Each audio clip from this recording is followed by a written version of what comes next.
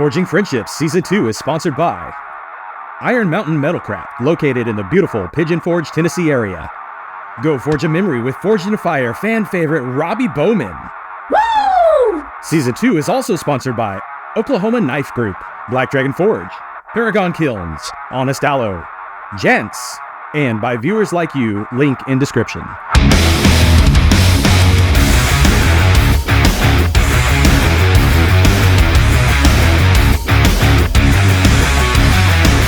There's so much food and medicine around here. But something I was really excited to see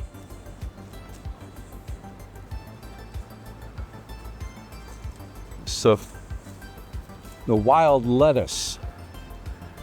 So the young bits up here, the young leaves can be used like a very potent lettuce sort of flavor. It's somewhat bitter, but for me what excites me is the medicinal uses of this plant, because it has some really potent pain relieving compounds, or you basically take the whole plant, chop it up real fine, mix it with alcohol, extract the stuff out, the medicinal compounds, squeeze all the plant material out, distill off the liquid to get this black tar sort of stuff that then has a very potent pain relieving stuff. So I'm probably going to steal these from you on my way home. Also right here we have the wonderful wood sorrel, which has a tangy, lemony sort of flavor. You can eat the leaves, you can eat the flowers, you can eat the stems. We'll see some seed pods later on, but use this wherever you would use lemon. You can just eat it raw. Hopefully you don't have a dog running around here. Wonderful flavor. You northerners who know rhubarb, it has a rhubarb-like flavor. And one of the things I really like doing with it is chopping it up and mixing it with the cream soup. So you get this tanginess and this creaminess together. Works really well. Something that kind of surprised me is how much of the laurel cherry is on the property. So laurel cherry is related to the bay. It looks a lot like a bay leaf, but on the edges it has little tiny teeth. The true bay leaf is going to be intact or smooth. The interesting thing about this, if you crush it up and smell it, it has kind of a cherry, bitter almond sort of smell. It reminds me of the Diet Dr. Pepper cherry soft drink, but that smell is actually cyanide.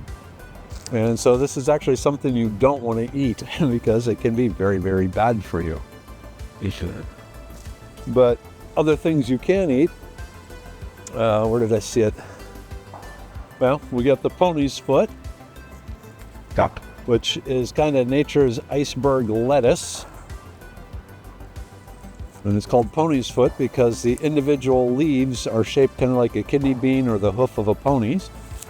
Just a bland salad green, or you can lacto-ferment it if you like sauerkraut.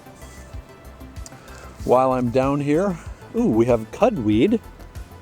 And this is interesting because this was smoked by the Native Americans, mainly to help with respiratory issues. So there's some compounds that, from a scientific point of view, look like they increase the flexibility of the alveoli in your lungs. So when you inhale, your alveoli get bigger than they normally would, giving you more surface area, allowing better transfer of oxygen in and carbon dioxide out. You can also do this with a tea. Another interesting plant right here is the plantain. No relationship to the banana, but this is a wonderful plant for food and medicine. So I particularly like the little tender seed pods before they actually produce the seeds. To me, they taste like corns. So I'll just eat those as is. The leaf you can eat. It's another bland salad green. Personally, I don't like eating the leaves of the plantain because they're kind of fuzzy and it reminds me of eating a mouse. And I like to think those days are past. But it's really good for skin problems. So if you crush it up, apply it to some sort of minor, burn, cut, scrape, insect bite, things like that. It has compounds, saponins, and some other things in there that help soothe and reduce inflammation on the skin and stimulate healing. So a really good medicinal plant for that. Another common medicinal plant that's here is called the Carolina geranium. And this plant was used to stop bleeding. So the whole plant would be dried and crushed into a powder, and then if you were wounded, the powder would be sprinkled on the wound, and it triggers faster coagulation, scabbing over the wound, or the blood clotting, but it also causes the capillaries to kind of constrict. So it has kind of two mechanisms for stopping the bleeding, which is really important, especially if you're out in the wild, you cut yourself with a knife or an axe or something, you're gushing blood. Normally it would be pre-dried and just have a little pouch of this powder available, but if need be, you can crush up the plant and apply it to the wound and stop the bleeding that way. A very common yardweed is what we call cleavers, because they cling or cleave to stuff. This is covered with tiny little hooks. This is an excellent source of vitamin C. So when I'm out and about, I'll gather this up, I'll get a bunch of it, I'll crush it into a ball. I want to get about an egg-sized mass of it, crush, mangle, twist, break, because you want to rupture the cell walls so the vitamin C can get out. If you just put the plant in hot water as is, you're not going to get any of the good vitamin C out. So you want to crush it, mangle it, crush it, basically until you're starting to see juice on your fingers. Then you drop it in hot water. You do not want to boil the cleavers, because vitamin C starts breaking down above 170 degrees Celsius. So what I recommend people do is they bring the water to a boil, take it off, let it cool for about 5 minutes, then drop the cleavers in it and let it soak for about 15 minutes, strain it out using my bandana, and then drink the resulting tea. It's very tasty, very high in vitamin C and some other useful compounds. So people don't realize that Spanish moss is actually edible and medicinal. Here we go, some fresher stuff here. But these gray parts here, think of this as just long, stringy celery that grows in trees. You can just eat it up like that. It more or less tastes like celery, with a little more fibery. This is also a really good wound covering. So after you stop the bleeding, you wrap it with the Spanish moss. Helps keep dirt and other debris out, but also does allow oxygen and air to get into it. So celery and a bandage, useful. This is probably one of my absolute favorite wild plants. This is the native Texas Yopon holly. It is something I consume every day because it is the only naturally occurring source of caffeine in North America. So the leaves have about half the caffeine concentration of regular Cincinnati tea, the India tea, the English tea, Lipton's tea. But they don't have any of the tannic acid, which means the tea never becomes bitter. If you overbrew regular tea, it can become bitter. Or if you use too much tea, it can become bitter. That doesn't occur with the Yopon holly. So you can use as many dried leaves as you want. And all you do is increase the caffeine and the other antioxidants in it without ever turning bitter. So an excellent, excellent drink for those of you who like caffeine. This is an amazing yard. I'm so excited to find this tree. This is a sassafras tree. This is the original source of root beer. And from it would actually be the roots. The outer bark of the root beer, of the sassafras tree, has the saffron oil in it that has that root beer flavor. But you can also just take the leaves. And one of the really cool things about the leaves is they have some really unique structures to them. Can I find a mitten one? Here we go. So the leaves, whoops, I'm going to take that home with me. So we have, I'll arrange them in order here. We'll have just a traditional leaf, we'll have a mitten-shaped leaf, and we'll have the trident leaf. And then occasionally, you'll even get like a 5-pointed one. But all these, you can just eat these leaves raw. You can dry them and make a tea out of them. One of the things, the Cajuns and the filet, it's dried sassafras leaves that they add to the gumbo and the jambalaya after it's cooked to add kind of a a thickening and a earthy sort of flavor to it. But yeah, sassafras tree, it's really exciting. Whoop. This is something I've wanted in my yard for a long time. Cool. Man, you got great stuff here.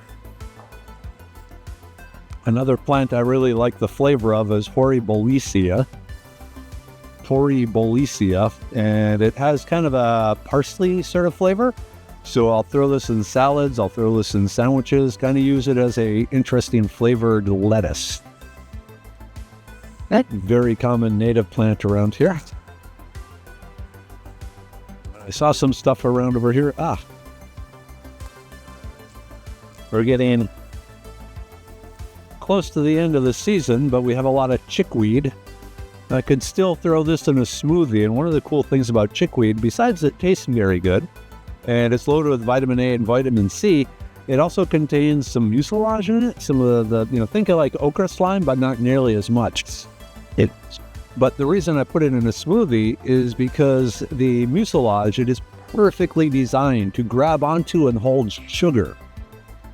And so then the sugar can't get directly into your bloodstream. Normally, you basically are designed, when you consume glucose, the body immediately sucks it out of the gut and out of the digestive tract and gets it into the blood, because it figures, you don't know when you're going to get this, you need it again.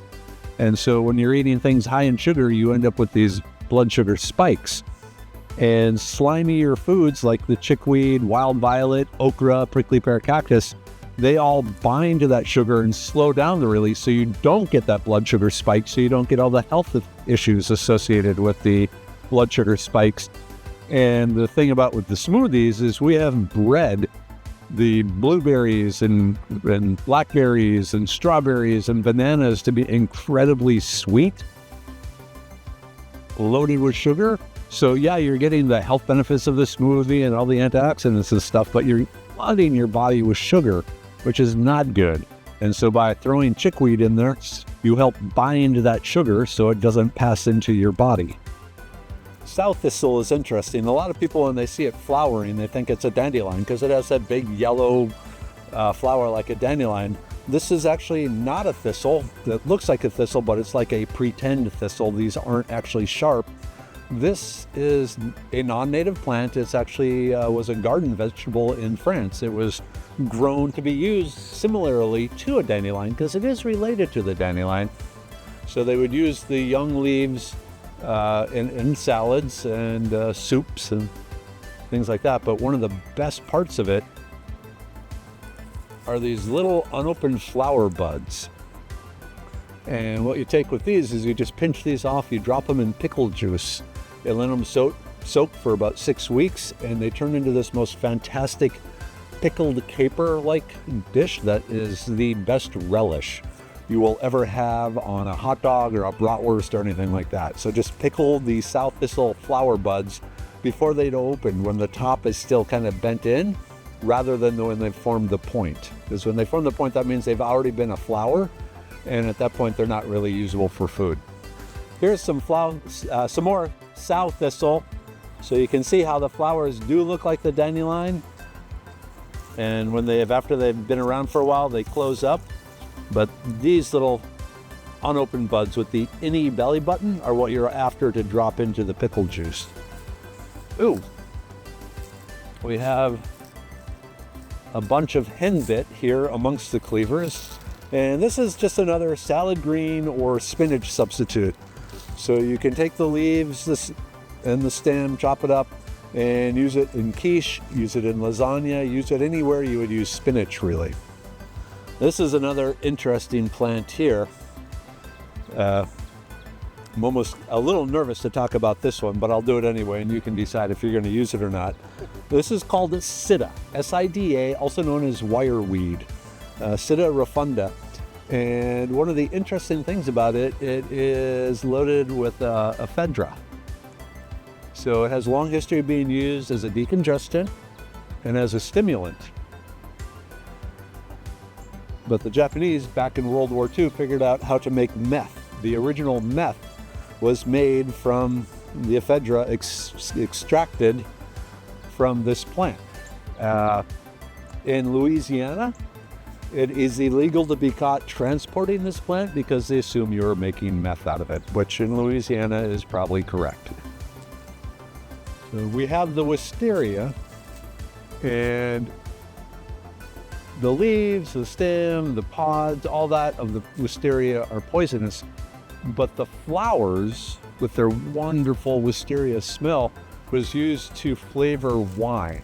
So the flowers can be used as a flavoring agent. You let them soak in the wine or make a tea out of it and then extract it out and don't actually eat it, but drink the wine. And it just has a really interesting floral bouquet that it adds to the wine. So this is a really cool plant. This is called the lyre leaf sage. It is in the sage family. It's in the mint family.